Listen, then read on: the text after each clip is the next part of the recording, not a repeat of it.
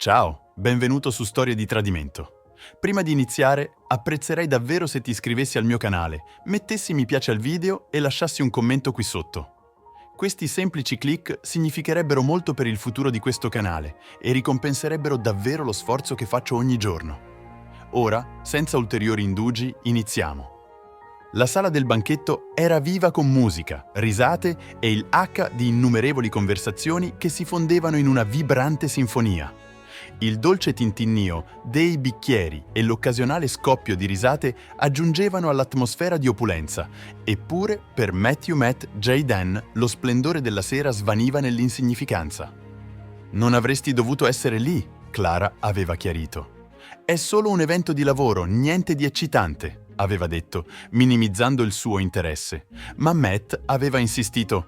«Ho lavorato ore folli, Clara. Posso trascorrere una sera con te?»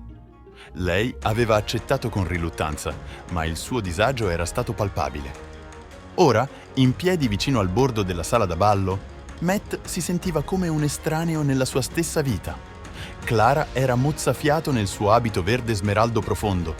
La sua alta figura comandava attenzione mentre fluttuava da una conversazione all'altra. Le sue risate melodiose e calde sembravano avvicinare tutti, ma non era il suo fascino o la sua bellezza a irritare Matt. Era l'uomo che la circondava come una falena alla fiamma. Ryan Prescott, solo il nome, faceva ribollire lo stomaco di Matt. Aveva sentito parlare di Ryan di sfuggita, un manager di progetto carismatico con una reputazione di essere troppo amichevole con le colleghe femminili. Quella sera Matt l'aveva visto in azione, il modo in cui Ryan si avvicinava troppo. Il modo in cui la sua mano rimaneva sulla schiena di Clara un po' troppo a lungo, i sorrisi cospiratori che condividevano. Matt stringeva più forte il bicchiere, cercando di stabilizzare la tempesta che si stava formando dentro di lui. Non era estraneo alla CLA, sin dal momento in cui l'aveva incontrata era stato catturato dalla sua fiducia e dalla sua presenza magnetica. Ma quella sera quel magnetismo non era diretto a lui. I suoi pensieri si avvolgevano, riportandolo ai segni sottili che aveva ignorato per mesi. Le frequenti notti insonni, le spiegazioni vaghe, i viaggi di lavoro improvvisi. Una nauseante realizzazione prendeva radice. Qualcosa non andava. Matt si scusò, intrecciando tra la folla verso il bar. Mentre aspettava il barista, la sua mente correva, ripercorrendo ogni momento sospetto. Il barista posò un bicchiere pulito di bourbon davanti a lui, ma Matt notò a malapena la risata di Clara dall'altra parte della stanza. Era un suono che un tempo apprezzava, ma ora lo irritava. Si voltò verso il bar, il suo riflesso lo fissava dallo specchio dietro gli scaffali. «Sono impazzito?» mormorò tra sé. Il riflesso non rispose, ma lui già sapeva di non essere impazzito. La conferma arrivò pochi istanti dopo. Clara e Ryan si erano spostati in un angolo più tranquillo della stanza. Matt li seguì mantenendo la distanza. Il suo cuore batteva forte mentre osservava Clara avvicinarsi a Ryan, la sua mano sfiorare il braccio. Il modo in cui si guardavano non c'era dubbio. Non era la cortese camaraderia dei colleghi. Era intimità. Qualcosa dentro Matt scattò. L'amore che aveva versato nel loro matrimonio di 6 anni, i sacrifici fatti per costruire un futuro insieme, tutto sembrava una crudele burla. Stringendo i denti, tornò nell'ombra, la sua mente già formando un piano. Quella notte, quando Clara salì nel letto accanto a lui, Matt non la affrontò. Invece avvolse il braccio intorno alla sua vita, tirandola vicina. «Sei fantastica stasera», mormorò. Clara si irrigidì leggermente prima di rilassarsi nel suo abbraccio, ma nella sua mente sussurrò una promessa. «Te ne pentirai». La mattina successiva, Clara partì per lavoro presto, lasciando Matt solo nella loro cucina soleggiata. L'odore del suo profumo aleggiava nell'aria, tagliente e straziante. Guardava il suo caffè intatto, la mascella serrata. Il suo bacio del buongiorno sembrava vuoto ora. Il suo allegro buona giornata contrastava con i suoi nervi. Matt non perse tempo. Nel momento in cui la sua auto scomparve per strada, fece la sua prima chiamata a Marcus Ward, un investigatore privato raccomandato da un vecchio amico. «Ho bisogno di risposte», disse Matt. Quando Marcus rispose «Puoi gestire sorveglianza discreta e raccolta di prove?» Marcus rise, un suono basso e graffiante. Questa è la mia specialità. Chi è il bersaglio? Mia moglie Clara Giano, rispose Matt. Le parole avevano un sapore amaro sulla sua lingua, ma Matt lo spinse avanti. Ho bisogno di sapere tutto. Dove va? Con chi è? Capito? Mandami i suoi dettagli e inizierò subito. Avrai presto la tua risposta. Scollegando, Matt provava un misto di colpa e sollievo. Non voleva essere l'uomo che spia sulla propria moglie, ma il tradimento di Clara non gli lasciava scelta. Non stava solo combattendo per risposte, stava combattendo per la sua dignità. Entro mercoledì, Marcus consegnò il primo rapporto. Matt sedeva nella sua auto stringendo il fascicolo con mani tremanti. Le prove erano incriminanti. Foto di Clara e Ryan mentre lasciavano insieme l'ufficio per andare in un piccolo caffè, dove si sedevano troppo vicini ridendo come amanti che condividono una battuta privata. Un video datato li mostrava entrare nella casa a schiera di Ryan una sera tarda, la mano di Clara appoggiata intimamente al braccio di Ryan. Il petto di Matt si serrò, sfogliò di nuovo le foto, la sua visione offuscata dall'ira. Clara non aveva solo mentito, aveva fatto di lui uno stupido quella notte. Matt la affrontò. «Giornata impegnativa», chiese casualmente mentre Clara entrava in casa togliendosi i tacchi. Esausta, sospirò. «Sono stato così pazzo ultimamente, avrei bisogno di una vacanza». Le labbra di Matt si contorcevano, ma forzò un sorriso. «Te lo meriti, magari puoi portare Ryan con te. Ho sentito che è un buon compagno di viaggio». Clara si bloccò a metà passo, il suo viso perdeva colore. «Beh, di cosa stai parlando?» Il sorriso di Matt svanì, gettò il fascicolo sul tavolino del caffè, le foto incriminanti uscirono. Gli occhi di Clara si spalancarono, il respiro fiutò. «Pensavi che non me ne sarei accorto?» La voce di Matt era calma, troppo calma. «Notti insonni, viaggi di lavoro e ora questo». Fece un gesto verso le foto. «Pensavi che fossi troppo cieco o troppo fiducioso per vedere la verità?» Le labbra di Clara tremarono mentre cercava di formulare una risposta. Io... La sua voce tremava. «Non voglio le tue scuse. Voglio che tu esca dalla mia casa e dalla mia vita». Le lacrime scesero sulle guance di Clara, ma Matt non provava più simpatia. «Non più. Hai fatto la tua scelta, Clara. Ora affronterai le conseguenze». Durante la settimana successiva, Matt agì con uno scopo unico. Lasciò il suo lavoro assicurandosi che l'infedeltà di Clara non oscurasse la sua reputazione professionale. Assunse un avvocato e fece domanda di divorzio per adulterio. Ma Matt non si accontentava di solo terminare il matrimonio, voleva che Clara e Ryan sentissero il peso delle loro azioni. «Siamo creativi», disse Matt a Marcus durante un drink una sera. Marcus alzò un sopracciglio. «Creativi come?» Matt si avvicinò, la voce bassa. «Ryan Prescott è un predatore, non solo tradisce con Clara, è un recidivo. Voglio che il suo mondo crolli». Marcus sorrise. «Ora stiamo parlando. Qual è il piano?» «Ho bisogno che scaviate più a fondo nel passato di Ryan, troviate le sue debolezze, i suoi vizi e trovate qualcuno che possa aiutarci a sconfiggerlo. Le ruote sono in movimento». Matt contattò Evelyn James, un escort che aveva incontrato durante la sua separazione. Evelyn era più di una bella faccia, era acuta, ingegnosa e discreta. Quando Matt spiegò il suo piano, i suoi occhi brillavano di malizia. «Stai giocando sporco», disse con un sorriso. «Mi piace». Con l'aiuto di Evelyn, Matt creò la trappola perfetta. L'arroganza di Ryan lo rendeva un bersaglio facile. Evelyn lo avvicinò sotto copertura di una viaggiatrice solitaria in un bar, attirandolo con facilità pratica. Alla fine della notte, Ryan era nella sua stanza d'albergo, completamente ignaro della telecamera nascosta che registrava ogni sua mossa. Matt guardò il filmato più tardi, la mascella serrata di soddisfazione, ma questo era solo l'inizio.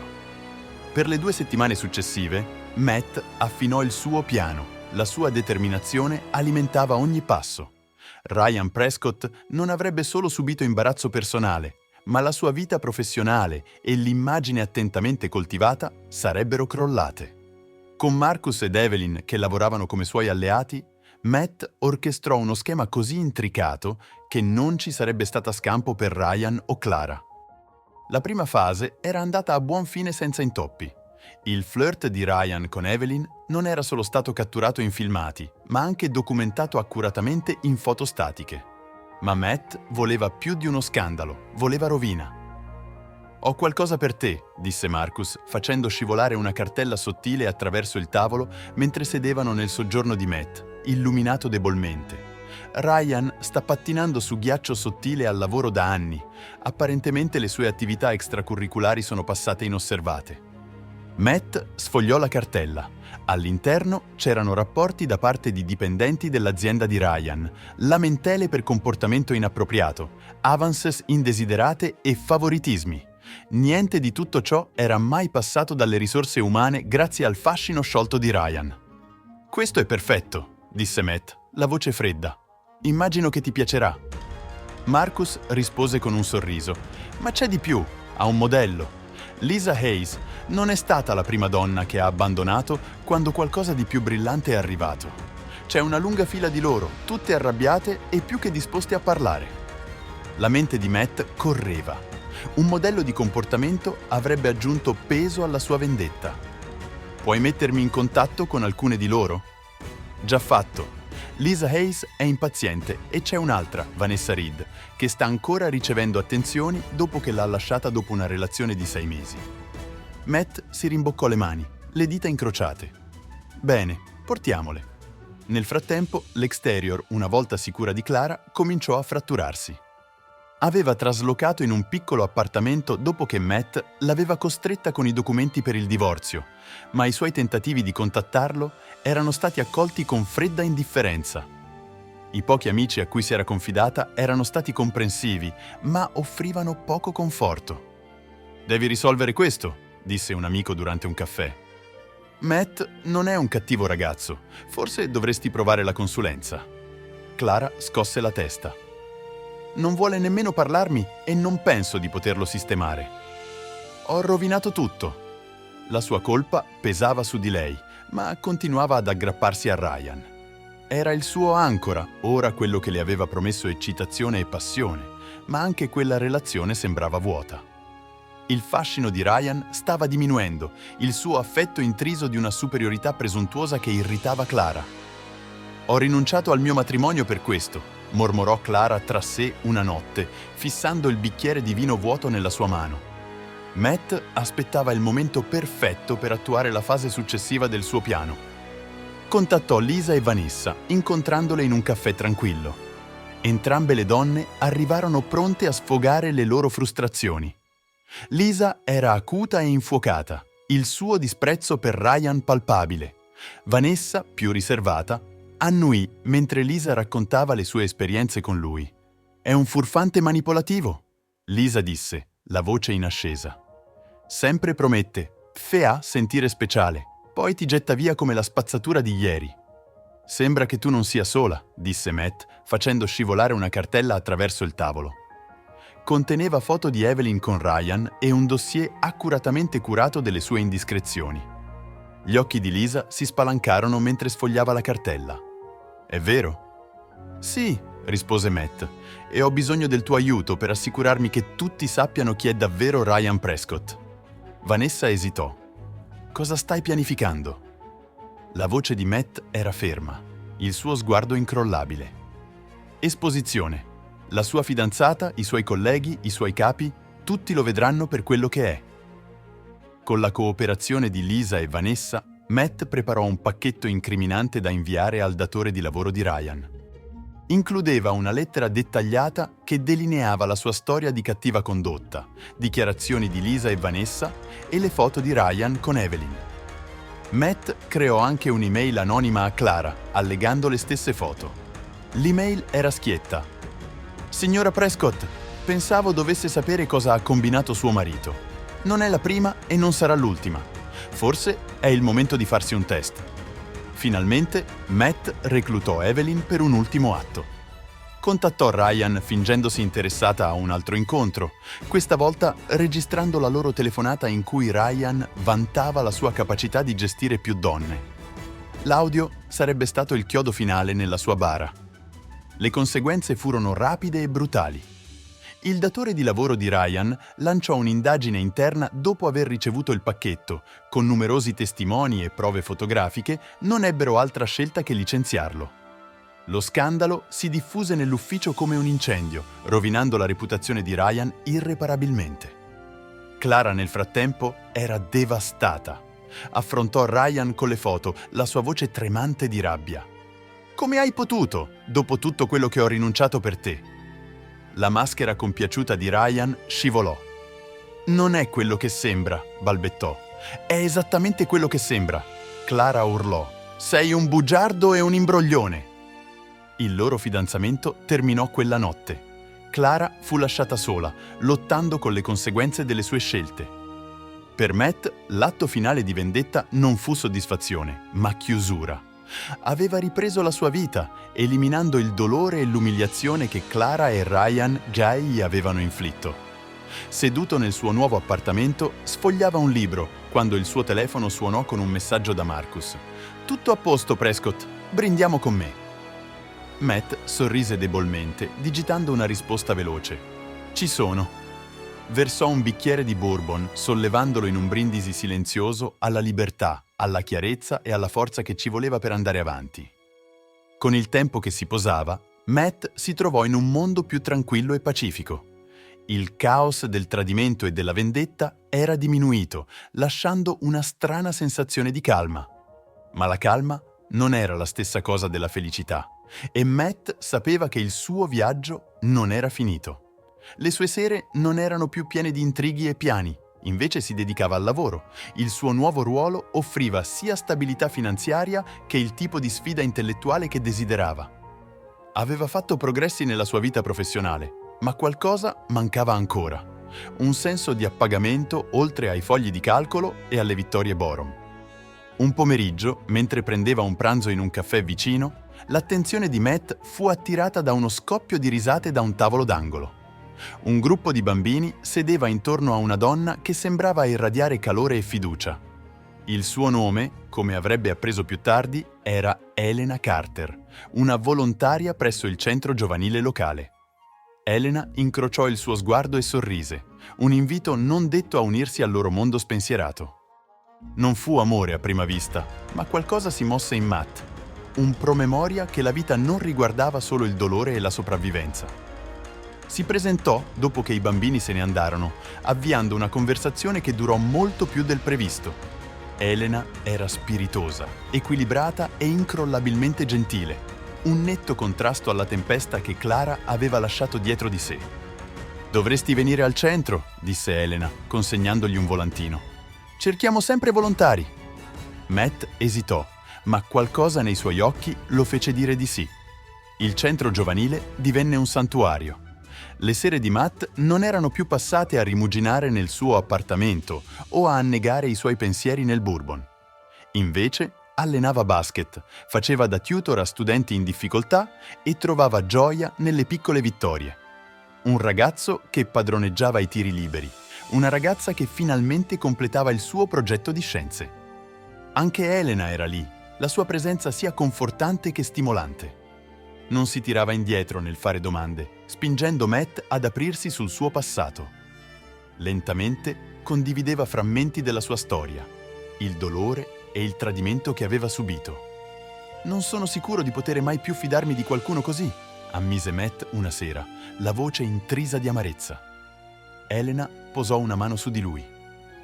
«La fiducia non riguarda dimenticare ciò che è successo, ma trovare qualcuno che rende il rischio valido».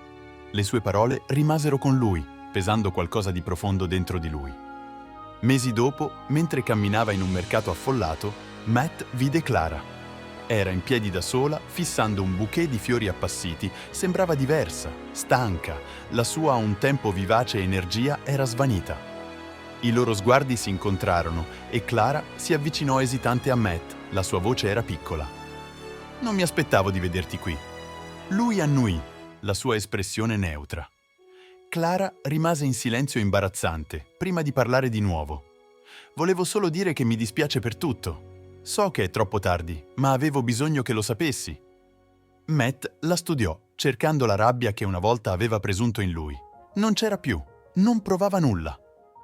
«Apprezzo», disse finalmente, «ma io ho fatto di conto. Anche io dovresti farlo».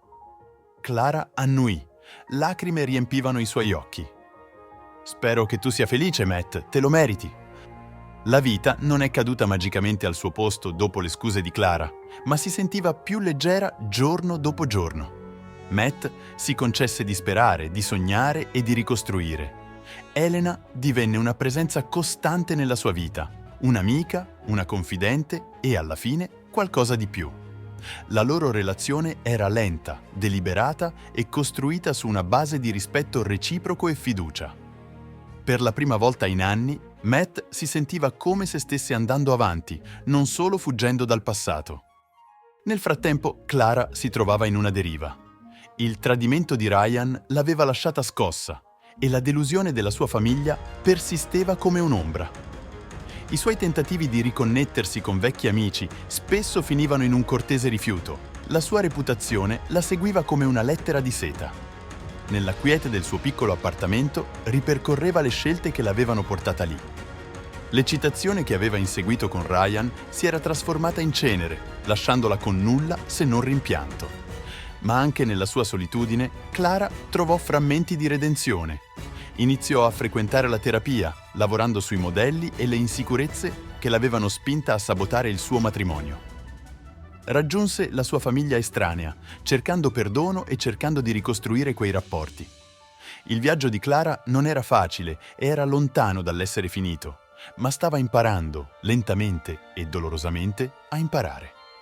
In una calda giornata di primavera, Matt stava al centro giovanile, guardando un gruppo di bambini giocare a basket. Elena era accanto a lui, le sue risate si mescolavano a quelle loro. Per la prima volta in molto tempo, Matt si sentiva contento, non solo perché Clara e Ryan avevano affrontato le conseguenze delle loro azioni, ma perché aveva ripreso la propria vita.